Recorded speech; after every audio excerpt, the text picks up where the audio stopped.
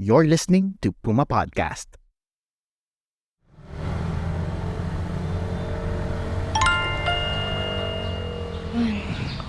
There goes my 500 pesos.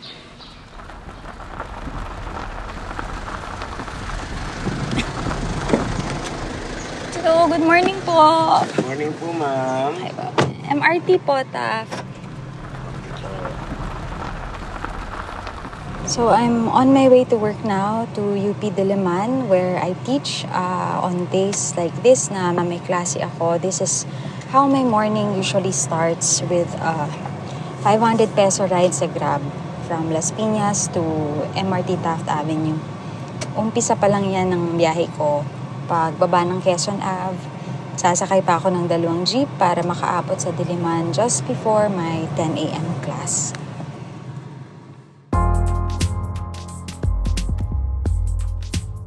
Hi, this is Karol Ilagan reporting for Teka Teka.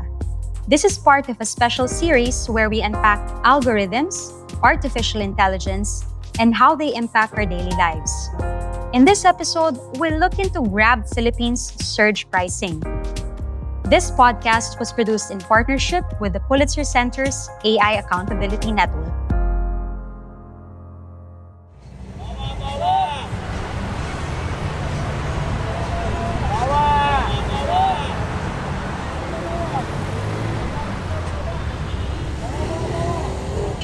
Ito ang Metro Manila, home to 13 million people, densely populated, and notorious for its congested roads and inefficient public transportation.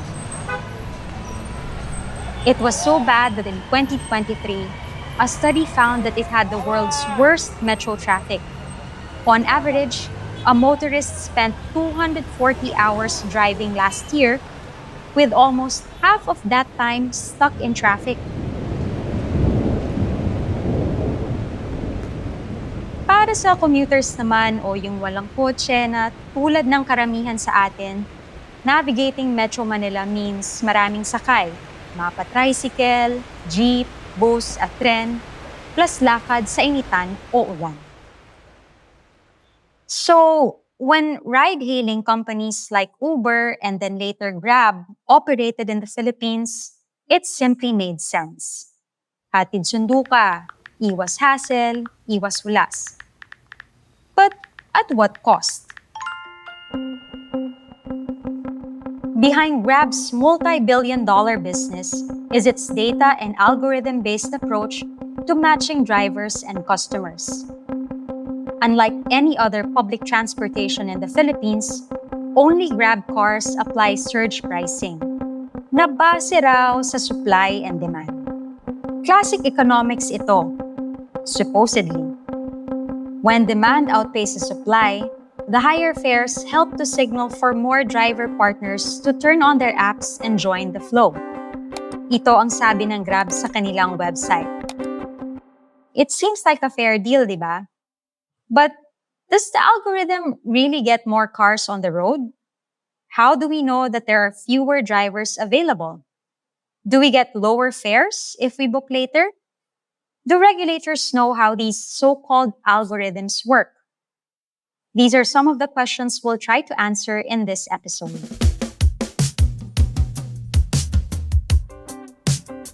First, I talked to commuters who regularly take Grab.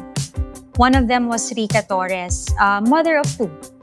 Her family used to live in a condo that's about 7 kilometers away from her son's school. Yung commute kasi is, ang option ko is, tatawid kami ng 6-year-old son ko sa isang overpass. Maghihintay ako ng jeep. Pagbaba ng jeep, magta-trike pa kami. I don't want my son to go through all those para pagdating lang niya, wala na siyang energy or jirits na siya kasi parang supposedly mataas pa energy niya, excited siya mag-school. Pero dahil nag-commute siya at nag-bad trip siya sa commute, wala na, hindi na siya gaganahang mag-aral. Coming from our place to the school, 270 yung papunta sa school. And then, yung rate from the school to our place is around parang 290 siya nag-start before. Tapos, hanggang sa nag-middle of the school year. And ngayon, parang hindi pa rin tapos yung school year. Yung morning namin ng 6 AM, umaabot na yan ng 300 to 350. Mga 310 to 350, ganyan. Depende kung gaano kami ka-late. Yan, kasi tatamaan na namin yung rush hour ng mga pumapasok siguro or so nasa 350 yung pinakamataas na na-experience ko going to the school. By the time Rika and her son got back home from school, they had spent around 600 pesos on Grab alone. That's pretty much the minimum daily wage in Metro Manila. During my conversation with Rika, she also mentioned something about algorithms. We've been using this term a lot more now, especially because algorithms are crucial components of artificial intelligence or AI. Wow, your Filipino accent is so sexy. You know that the papyrus plant is extinct? We talk about algorithms when we talk about how our Facebook newsfeed or how our TikTok FYPs are shaped by the posts we like or share. Ano nga ba ang algorithm? In computing terms, ang algorithm ay parang set of instructions that are meant to perform a task or solve a problem. Kunwari, nag-Facebook ka, you scroll past some things, madalas ka mag-like ng cat pictures. The Facebook algorithm starts to learn what you like. So next time, alam na ang dapat ipakita sa'yo ay more cat pics. At the same time, expect that you'll see ads. Pwedeng cat food yan or vet services. But actually, algorithms go beyond personalized recommendations and targeted advertisements. Increasingly, it has become part of modern life, from healthcare and finance to manufacturing and transportation. Algorithms can also influence decision-making. But how much do we know about how algorithms work? I asked Rika if she knew how her fare was calculated. Curious ako, sinecheck ko yung ganyan. Di ba may breakdown sila, ganyan-ganyan. Pero dahil wala rin naman akong basis or kumbaga kung saan ko ibabangga ba, kung may ibababa pa ba siya or may ka-contest ba dito, ganyan. Hindi ko na lang din pinapansin. Tsaka wala din naman akong choice at ite-take ko rin naman siya. So, pero baka, nung nasabi mo kanina na parang baka, di ba may something kasi bakit tumaas, hindi naman nagbago yung kilometers, same route naman kami every time. Tapos tumaas siya ng from 270 naging 300 na yung parang minimum or base niya. Baka it's worth looking into, pero siguro sa dami ng iniintindi ko sa life, hindi ko na siya nabigyang pansin. Rika isn't alone. Tulad ko na regular Grab customer, I can only check the breakdown. But when it comes to surge fees, I don't know how they come up with the amounts. Tama si Rika. Paano mo i-contest kung hindi mo naman alam paano na-compute? Yung sa surge fee, hindi naman ito tulad sa restaurant, di ba? Na mache-check mo yung items na in-order mo sa resibo. I sat down with Dominic Ligot, or Doc for short. I asked him to help me demystify or decode algorithms in the context of ride-hailing apps. And then yun, I've been reading a lot Doc about is the founder of Stereolytics and a member of the board of the Philippine Center for Investigative Journalism. He's been active in the AI discourse, especially on how to promote the responsible adoption of AI. So I think maybe a close analogy would be credit scoring. Diba? When you apply for Doc when is you talking apply for about credit services card, offered there's no by guarantee private what companies it's like going to banks, be. where credit scoring relies on algorithms to assess the creditworthiness of individuals. So inherently discriminatory. When a That's what it customer's is. application for a Algorithm is credit card gets approved, discriminatory. they understand that they have to pay a And the idea penalty there is on top of the in interest the case of a if they bank, miss a payment. it's a way of matching For risk Grab, and reward. if you want So to the travel riskier during the rush ride, hour, the well, same way. you pay the Yes. corresponding surge charge. Yung algorithm na yan works similar to banking, no? You balance supply and demand. Parang risk and reward din yan.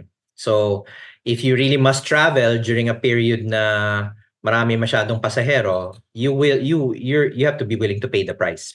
As opposed to the opposite naman. If drivers naman wanna drive during a period na marami ring drivers, then they earn less. So it's a way of balancing supply and demand in theory. Pero as we learned din with Uber once upon a time, these algorithms can also, kung walang mga guardrails, they can go into ridiculous territory. Parang dati, I remember there was parang a trip from Ortigas to Makati at the height of Christmas, umabot ng 3,000. Parang ganun. Or 2,000. Naalala niyo pa ba ang Uber? It used to be so popular until Grab acquired its Philippine operations. Now, Grab continues to dominate the four-wheel TNVS market. TNVS stands for Transport Network Vehicle Service. Under a 2018 order by the Department of Transportation, TNVS like Grab are treated as public utilities because of their role in mass transport. The same order gave the LTFRB the authority to regulate TNVS like Grab. There are other ride-hailing firms, but maliliit ito kumpara sa Grab. Kaya nga, di ba, sa usapan, we don't say magti-TNVS ako. We say magga-Grab ako. Tulad ng taxi, jeep o bus, may fare matrix rin ang TNVS na aprobado ng LTFRB. Ito ang breakdown. Base fare, 45 pesos. Kada kilometro, 15 pesos. Kada minuto ng biyahe, 2 pesos.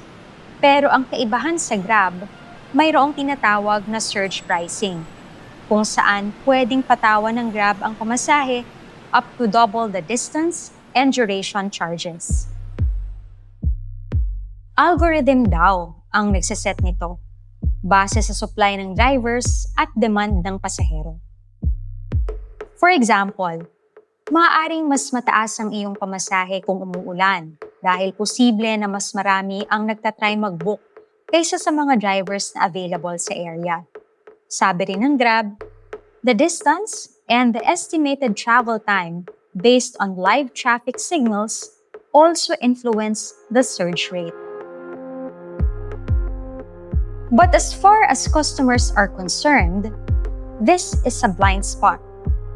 What defines a high or low surge? In the first place, how do we know that there is indeed a surge? This has been an ongoing issue with Grab. In 2022, a group of lawyers raised this question along with other pricing concerns to the LTFRB. Ang kanilang tanong, ano nga ba ang batayan ng surge pricing? Until today, there's been no news about how LTFRB settled the matter. Even my requests for records and an interview with the agency have not been granted. So, I met up with lawyer and former Quezon City Councilor Ariel Inton, now president of the Lawyers for Commuter Safety and Protection. This is the group that complained about Grab's surge fees and LTFRB's supposed failure to regulate the company. Unfortunately, until now, walang decision LTFRB ka. Ito po in December, tapos Two Christmases pass by and there's no decision. or any update, sir? May Nag-motion to resolve kami, wala pa rin. Ang sinasabi namin, to resolve, sir. a month ago, dalawang beses na. Ang inano namin kasi is, we want to know when should the surge be implemented. Ang focus namin doon is, kung kaya ka nag-surge is because of what you sell in mga demand supply, etc., etc., is it true every minute of the day? Di ba? Ang sinasabi sa LTFRB, define surge. Kailangan may limitation ng surge, kailan lang. Because kaya nga ang LTFRB regulatory body, you should regulate the fare. According to Inton, Grab applied surge rates even before guidelines for TNVS were drawn up. When LTFRB stepped in, surge pricing was retained in addition to the standard base fare and per kilometer and per minute costs. The LTFRB approved a surge rate that could only be up to twice the distance and duration fees. But it didn't define when or how the surge should be applied. Inton, by the way, used to be one of LTFRB's board members. Sabi namin, okay, you allow the search. Pero when you allow the search, open-ended na yun. Kahit kailan ba dapat may search. Yun sabi namin, we need answers there. We're not saying LTFRB is wrong. We're not saying Grab overpriced overcharge of passengers. We're not saying that. No? What we're saying is that kailan ba yung search mo dapat i-apply? For example, he could not understand why booking at odd hours like 2 in the morning would still incur surge charges. I reached out to Grab Philippines for an interview for this story. They responded in writing. According to Grab, they fully cooperated with the LTFRB's inquiry by participating in hearings. Nag-submit rin daw sila ng detalyadong sagot sa mga tanong. Dagdag pa ng Grab, quote, "We remain committed to working with the LTFRB and other regulatory bodies to ensure that our pricing mechanisms are fair, transparent, and compliant with all regulations."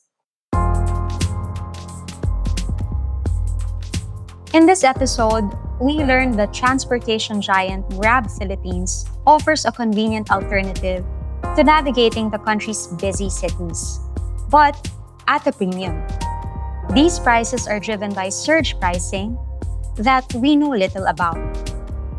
In the next episode, we'll tell you about this experiment we did early this year. We tried booking a Grab car nearly every hour for 1 week.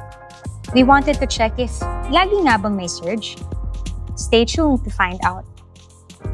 This is Karol Ilagan, the writer and producer of this episode for Teka Teka. On behalf of my reporting partner, Federico Acosta Rainis, thank you for listening. This episode was edited by Pidoy Blanco. The script was edited by Carl Jo Javier and Felipe Salvosa II. Jill Caro is the executive producer. This podcast was produced in partnership with the Pulitzer Center's AI Accountability Network. You've been listening to PumaPodcast. If you have friends who wonder why their Grab fare is high, share this episode with them. Maraming salamat po.